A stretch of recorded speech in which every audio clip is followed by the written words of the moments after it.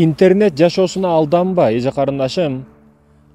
Ал жерде бир күйөөсү машина подарка берип аткан, шарларды жарып, дүйнөнүн ал бурчуна барып эс алып жүргөн, токойлорду ичиде жүргөн, деңиздерде ар кандай бир күн саарлап завтракты Дубайда кылып, түштөнү обедти дагы башка Катарда обедти кылып, кечкурун ужинди Италияда кылып жүргөн эже карындаштарды дагы бирөөлөрдү тауып алып, аларды кумир тутпа өзүңө.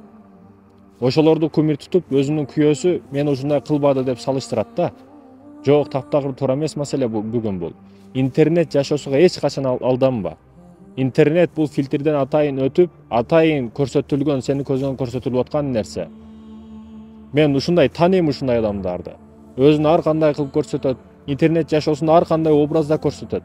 Андан өткөн бай адам жок. Андан өткөн күчтүү, акылдуу адам жок. Бирок жашоого келген учуруңда, жашоодон көрөм, таксиге акчасы жок. Өзү кар сурап жүрөт. Интернетте ушундай адам да. Өзү таксиге акчасы жок. Көрбөгөн, билбеген нерсеси жок, окубаган китеби жок интернетте. Ушундай акылдуу. Бирок жашоодо суроо сурап жүрөт да. Мына кандай эле деп.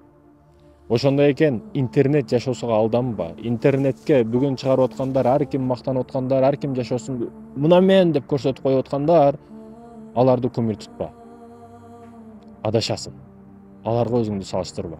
Мен жана бул сөздөрдү айтуу менен бир эле адамды айтпай атам, миңдеген, миллиондогон адамдарды айтып атам. Бүгүн көрсөтүп коюш деген тема интернет жүзүндө болуп атат да. Ошондуктан аларга алданып калба.